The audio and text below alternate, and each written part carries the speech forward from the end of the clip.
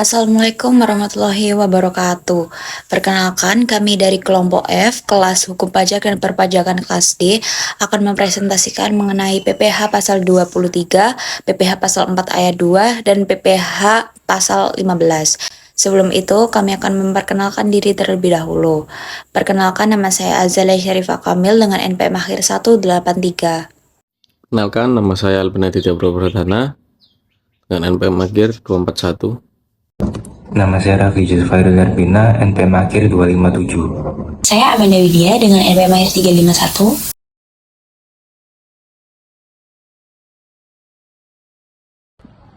Apabila Anda menggunakan jasa dari WP Badan, maka yang harus Anda lakukan adalah yang pertama, meneliti apakah jasa yang digunakan itu adalah termasuk jenis jasa yang merupakan objek PPh pasal 23 berdasarkan PMK 141 PMK 03/2015. Yang kedua, melakukan pemotongan PPh pasal 23 sebesar 2% dari jumlah bruto nilai jasa dan membuat bukti potong PPh pasal 23 melalui aplikasi e-Bupol PPh pasal 23. Yang ketiga, melakukan penyetoran PPh dengan terlebih dahulu membuat kode billing dengan kode MAP 411124 dengan jenis setoran 104. Penyetoran dilakukan yang paling lambat tanggal 10 bulan berikutnya. Yang terakhir, melakukan pelaporan PPh pasal 23 dengan menggunakan aplikasi e-Bupol PPh pasal 23 melalui login di laman pajak.go.id atau melakukan application service provider atau ASP daftar perusahaan penyedia jasa aplikasi paling lama tanggal 20 bulan berikutnya.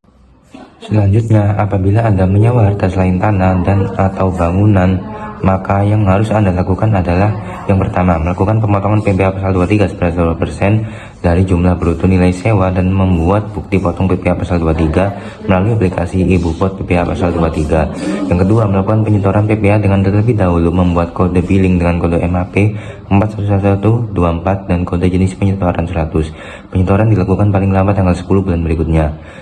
Yang terakhir, melakukan pelaporan PPh pasal 23 dengan menggunakan aplikasi e-Bupot PPh pasal 23, melakukan melalui login di laman pajak.go.id atau melalui application service provider atau ASP daftar perusahaan penyedia jasa aplikasi paling lama tanggal 20 bulan berikutnya. Lalu lanjut ke contoh kasus PPh 23. PT Solusindo membayarkan dividen kepada CV Perkasa sebesar 200 juta. PPh pasal 23 dipotong PT Solusindo adalah karena ini PT memberikan dividen kepada CV, maka nominalnya dikali dengan 15%, yaitu 15% dikali dengan 200 juta sama dengan 30 juta. PPh 23 adalah salah satu jenis pajak penghasilan di Indonesia yang dikenakan atas penghasilan dari penyerahan jasa, sewa, harta, atau selain tanah dan atau bangunan, bunga dividen, royalti maupun penghargaan dan hadiah selain yang dipotong PPh 21. Objek PPh pasal 23 terdiri dari dividen, bunga, royalti, hadiah, penghargaan, bonus dan jenisnya selain kepada orang pribadi, sewa dan penghasilan sehubungan dengan penggunaan harta kecuali sewa tanah atau bangunan, terakhir imbalan sehubungan dengan jasa teknik, jasa manajemen, jasa konstruksi, jasa konsultan, dan jasa lain seperti jasa yang telah dipotong PPh pasal 21. PPh pasal 23 apabila Anda membayarkan dividen kepada PT sebagai wajib pajak dalam negeri, koperasi, BUMN, atau BUMD yang jumlah kepemilikannya saham di bawah 25%, maka yang harus Anda lakukan adalah pertama, melakukan pemotongan PPh pasal 23 sebesar 15% saat dividen disediakan untuk dibayarkan dan membuat bukti potongan PPh pasal 23 melalui aplikasi e-Bupot PPh pasal 23. Kedua, melakukan penyetoran PPh dengan terlebih dahulu membuat kode billing dengan kode MAP 41124 dan kode jenis setoran 101. Penyetoran dilakukan paling lambat tanggal 10 bulan berikutnya.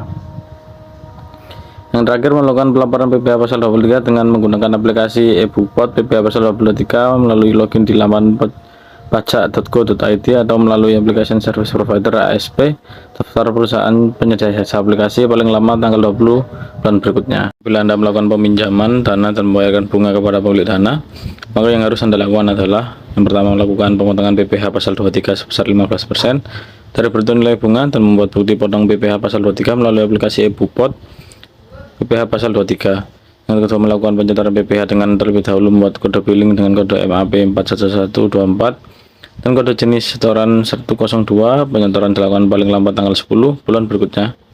Terakhir, melakukan penyetoran PPh pasal 23 dengan menggunakan aplikasi e-Bupot PPh pasal 23 melalui login di laman pajak.go.id atau melalui aplikasi service provider ASP dalam tanda kurung daftar perusahaan penyedia jasa aplikasi paling lama tanggal 20 bulan berikutnya. Apabila Anda membayar royalti kepada pihak penerima royalti, maka yang harus Anda lakukan adalah pertama, melakukan pemotongan PPh pasal 23 sebesar 15% dari jumlah bruto nilai royalti dan membuat bukti potong PPh pasal 23 melalui aplikasi e-Bupot PPh pasal 23. Yang kedua, melakukan penyetoran PPh dengan terlebih dahulu membuat kode billing dengan kode MAP 41124 dan kode jenis penyetoran 103. Penyetoran dilakukan paling lambat tanggal 10 bulan berikutnya. Terakhir, melakukan pelaporan PPh pasal 23 dengan menggunakan aplikasi e-Bupot PPh pasal 23 melalui login di laman pajak.go.id atau melalui aplikasi service provider ASP daftar perusahaan penyedia jasa aplikasi paling lama tanggal 20 bulan berikutnya. Ini saya akan menjelaskan mengenai PPh pasal 4 ayat 2. Nah, ada beberapa jenis penghasilan yang bisa dikenai PPh pasal 4 ayat 2 yang bersifat final. PPh pasal 4 ayat 2 ini merupakan pajak yang bersifat final, jadi ada beberapa penghasilan yang bisa dikenai dengan pajak ini. Yang pertama yaitu penghasilan berupa bunga deposito dan tabungan lainnya, seperti bunga obligasi dan surat hutang negara, dan juga bunga simpanan yang dibayarkan oleh koperasi kepada anggota koperasi orang pribadi. Terus ada penghasilan berupa hadiah undian, ada penghasilan dari transaksi saham dan sekuritas lainnya, transaksi derivatif yang diperdagangkan di bursa, dan transaksi penjualan saham atau pengalihan penyertaan modal pada perusahaan pasangannya yang diterima oleh perusahaan modal Ventura. Lalu juga ada penghasilan dari transaksi pengalihan harta berupa tanah atau bangunan, usaha jasa konstruksi, usaha real estate, dan persewaan tanah atau bangunan. Dan juga penghasilan tertentu lainnya yang memang sudah diatur dengan atau berdasarkan peraturan pemerintah. Nah, untuk obligasi sendiri yang dimaksud dalam penghasilan tersebut yaitu bisa termasuk surat hutang berjangka waktu lebih dari 12 bulan seperti medium term note, floating rate note yang berjangka waktu lebih dari 12 bulan. Lalu untuk surat hutang negara sendiri yang dimaksud itu meliputi obligasi negara dan surat perbendaharaan negara. Nah, penghasilan-penghasilan tersebut itu merupakan objek pajak yang dimana hal-hal itu berdasarkan pertimbangan-pertimbangan, yaitu diantaranya ada perlu adanya dorongan dalam rangka perkembangan investasi dan tabungan masyarakat, lalu juga kesederhanaan dalam pemungutan pajak, berkurangnya beban administrasi baik bagi wajib pajak maupun Direktorat Jenderal Pajak, lalu juga pemerataan dalam pengenaan pajaknya dan memperhatikan perkembangan ekonomi dan moneter atas penghasilan-penghasilan tersebut perlu diberikan perlakuan tersendiri dalam pengenaan pajak. Nah, perlakuan tersendiri yang dimaksud dalam pengenaan pajak ini bisa berupa atas jenis penghasilan termasuk sifat besarnya dan tata cara pelaksanaan pembayaran, pemotongan, ataupun pemungutan yang diatur dengan peraturan pemerintah. Nah, beberapa di antara dari penghasilan tersebut, di sini saya akan menjelaskan penjelasan mengenai objek pajak, tarif, dan pengecualiannya. Yang pertama yaitu pajak penghasilan atas penghasilan berupa bunga deposito dan tabungan serta diskonto sertifikat Bank Indonesia. Objek pajaknya itu atas penghasilan berupa bunga deposito dan tabungan serta diskonto sertifikat Bank Indonesia dipotong pajak penghasilan yang bersifat final. Itu termasuk juga dalam pengertian bunga yang diterima atau diperoleh dari deposito dan tabungan yang ditempatkan di luar negeri melalui bank yang didirikan atau bertempat di Indonesia atau cabang bank luar negeri di Indonesia. Untuk tarifnya, pengenaan pajak penghasilan atas bunga dari deposito dan tabungan serta diskonto sertifikat Bank Indonesia sendiri, itu yaitu dikenakan pajak final sebesar 20% dari jumlah bruto terhadap wajib pajak dalam negeri dan bentuk usaha tetap. Lalu dikenakan pajak final sebesar 20% dari jumlah bruto atau dengan tarif berdasarkan perjanjian penghindaran pajak berganda yang berlaku terhadap wajib pajak luar negeri. Pengecualiannya itu tidak akan ada pemotongan atas penghasilan berupa bunga deposito, tidak ada pemotongan pajak apabila tidak dilakukan terhadap bunga dari deposito dan tabungan serta diskonto sertifikat Bank Indonesia sepanjang jumlah deposito dan tabungan serta sertifikat Bank Indonesia tidak melebihi 7.500.000 dan bukan merupakan jumlah yang dipecah-pecah. Lalu, bunga dan diskon yang diterima atau diperoleh bank yang didirikan di Indonesia atau di cabang luar negeri di Indonesia. Lalu, bunga deposito dan tabungan serta diskon sertifikat Bank Indonesia yang diterima atau diperoleh dana pensiun yang pendiriannya telah disahkan oleh Menteri Keuangan sepanjang dananya diperoleh dari sumber pendapatan sebagaimana dimaksud di pasal 29 Undang-Undang Nomor 11 Tahun 92 tentang dana pensiun. Lalu juga pada bunga tabungan pada bank yang ditunjuk pemerintah dalam rangka pemilihan rumah sederhana dan sangat sederhana. Lalu berikutnya yaitu pajak penghasilan atas penghasilan berupa bunga obligasi. Untuk objek pajaknya, obligasi ini merupakan surat hutang dan surat hutang negara yang berjangka waktu lebih dari 12 bulan. Untuk tarifnya, besar pajak penghasilan ini yang diterima atau diperoleh wajib pajak berupa bunga obligasi yaitu bunga obligasi sendiri dengan kupon sebesar 15% bagi wajib pajak dalam negeri dan bentuk usaha tetap. Lalu 20% atau sesuai dengan tarif berdasarkan persetujuan penghindaran pajak berganda bagi wajib pajak luar negeri selain bentuk usaha tetap dari jumlah bruto bunga sesuai dengan masa kepemilikan obligasi. Lalu untuk diskonto dari obligasi dengan kupon sebesar 15% bagi wajib pajak dalam negeri dan bentuk usaha tetap, lalu 20% atau sesuai dengan tarif berdasarkan persetujuan penghindaran pajak berganda bagi wajib pajak luar negeri selain bentuk usaha tetap, dan selisih lebih harga jual atau nilai nominal di atas harga perolehan obligasi, tidak termasuk dengan bunga berjalan. Lalu, untuk diskonto dari obligasi tanpa bunga sebesar 15% bagi wajib pajak dalam negeri dan bentuk usaha tetap, 20% atau sesuai dengan tarif berdasarkan persetujuan penghindaran pajak berganda bagi wajib pajak luar negeri selain bentuk usaha tetap, dan selisih lebih harga jual atau nilai nominal di atas harga perolehan obligasi. Lalu untuk bunga dan atau diskonto dari obligasi yang diterima dan atau diperoleh wajib pajak reksadana yang terdaftar pada Otoritas Jasa Keuangan sebesar 5% untuk tahun 2014 sampai dengan tahun 2020 dan 10% untuk tahun 2021 dan seterusnya. Jadi untuk saat ini untuk pajak untuk bunga dan atau diskonto dari obligasi ini sebesar 10% karena di tahun 2024 ini sudah tidak menggunakan pemotongan yang 5% itu. Lalu untuk pemotongan pajaknya itu penerbit obligasi atau kustodian selaku agen pembayaran yang ditunjuk atas bunga dan atau diskonto yang diterima oleh pemegang obligasi dengan kupon pada saat jatuh tempo bunga obligasi dan diskonto yang diterima pemegang obligasi tanpa bunga pada saat jatuh tempo obligasi. Atau juga perusahaan efek, dealer, atau bank dan semacamnya. Lalu berikutnya yaitu pajak penghasilan atas diskonto surat perbendaharaan negara.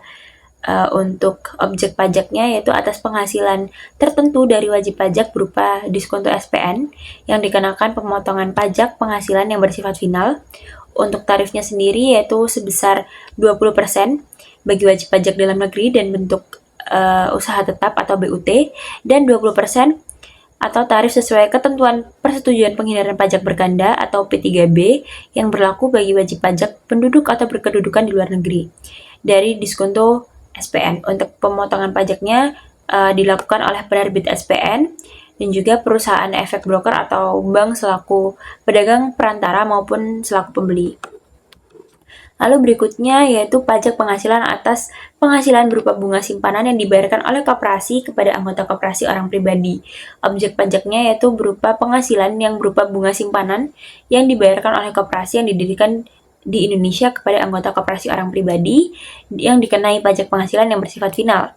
Tarifnya sebesar 0% untuk penghasilan berupa bunga simpanan sampai dengan sebesar 240.000 per bulan atau 10% dari jumlah bruto bunga untuk penghasilan berupa bunga simpanan lebih dari 240.000 per bulan.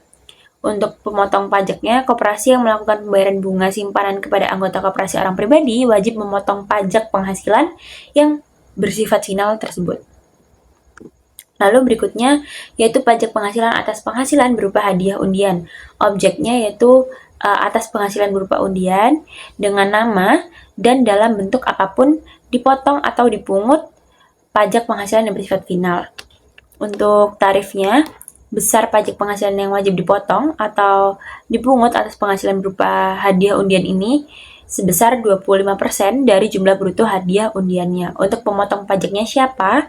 Untuk pemotong pajaknya yaitu penyelenggara undian yang wajib melakukan pemotongan pajak untuk memotong atau memungut PPh final atas hadiah undian tersebut. Lalu berikutnya pajak penghasilan atas penghasilan dari penjualan saham di Bursa Efek. Objeknya ya atas penghasilan yang diterima atau diperoleh orang pribadi atau badan dari transaksi penjualan saham di Bursa Efek tersebut. Untuk tarifnya sebesar 0,1% dari jumlah bruto nilai transaksi penjualan. Untuk pemilik saham sendiri dikenakan tambahan pajak penghasilan sebesar 0,5% dari nilai saham perusahaan pada saat penutupan bursa di akhir tahun 96. Dan dalam hal saham perusahaan diperdagangkan di Bursa Efek setelah 1 Januari 1997, maka yang dimaksud dengan nilai saham adalah nilai saham ditetapkan sebesar harga saham pada saat penawaran umum perdana. Untuk memotong pajaknya, ya penyelenggara Bursa Efek wajib memungut pajak penghasilan setiap transaksi penjualan saham di Bursa Efek itu. Lalu yaitu pajak penghasilan atas penghasilan perusahaan modal Ventura dan transaksi penjualan saham atau pengalihan penyertaan modal pada perusahaan pasangan usahanya. Untuk tarifnya, besar pajak penghasilan atau atas penghasilan perusahaan modal Ventura ini di atas 0,1% dari jumlah bruto nilai transaksi penjualan saham atau penghasilan penyertaan modal. Untuk pengecualiannya biasanya dikecualikan atas penghasilan perusahaan modal Ventura dari transaksi penjualan saham atau pengalihan penyertaan modal pada perusahaan pasangan usaha yang tidak memenuhi ketentuan di atas dikenakan pajak penghasilan sesuai dengan ketentuan dalam Undang-Undang Pajak Penghasilan. Lalu berikutnya yaitu pajak penghasilan atas dividen yang diterima atau diperoleh wajib pajak orang pribadi dalam negeri. Untuk ini tarifnya dikenai PPh sebesar 10%. Pemotongnya yaitu pihak yang membayar atau pihak lain yang ditunjuk selaku pembayar dividen. Lalu berikutnya pajak penghasilan atas penghasilan dari jasa konstruksi. Tarifnya sebesar 2% untuk pelaksanaan konstruksi yang dilakukan oleh penyedia jasa yang memiliki kualifikasi usaha kecil. Lalu 4% untuk pelaksanaan konstruksi yang dilakukan oleh penyedia jasa yang tidak memiliki kualifikasi usaha. Lalu 3% untuk pelaksanaan konstruksi yang dilakukan oleh penyedia jasa selain penyedia jasa sebagaimana yang dimaksud dalam ketentuan huruf A dan huruf B atau yang 2% dan 4% tadi. Lalu dipotong 4% untuk perencanaan konstruksi atau pengawasan konstruksi yang dilakukan oleh penyedia jasa yang memiliki kualifikasi usaha. Dipotong 6% untuk perencanaan konstruksi atau pengawasan konstruksi yang dilakukan oleh penyedia jasa yang tidak memiliki kualifikasi usaha. Lalu ada pajak penghasilan atas penghasilan dari pengalihan hak atas tanah dan atau bangunan. Untuk hal ini tarifnya akan dikenai atas penjualan, tukar-menukar, perjanjian pemindahan hak, pelepasan hak, penyerahan hak, lelang, hibah, atau cara lain yang disepakati dengan pihak lain selain pemerintah. Lalu untuk penjualan tukar-menukar, pelepasan hak, penyerahan hak, atau cara lain yang disepakati dengan pemerintah guna pelaksanaan pembangunan termasuk pembangunan untuk kepentingan umum yang tidak memerlukan persyaratan khusus sebesar 5% dari jumlah bruto nilai pengalihan hak atas tanah atau bangunan. Sedangkan untuk pengalihan hak atas rumah sederhana dan rumah susun sederhana yang dilakukan oleh wajib pajak yang usaha pokoknya melakukan pengalihan hak atas tanah atau bangunan dikenai pajak penghasilan sebesar 1% dari jumlah bruto nilai pengalihan hak atas tanah atau bangunan tersebut. Untuk pemotongnya, itu untuk transaksi penjualan tukar-menukar dan sebagainya akan dilakukan PPh terutang wajib dibayar sendiri oleh pribadi atau badan yang bersangkutan dengan menggunakan surat setoran pajak atau SSP. Gitu. Lalu berikutnya untuk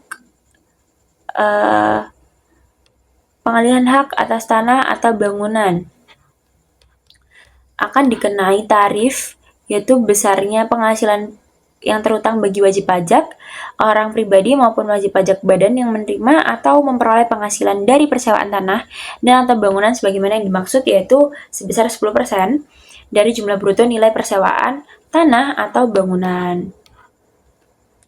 Untuk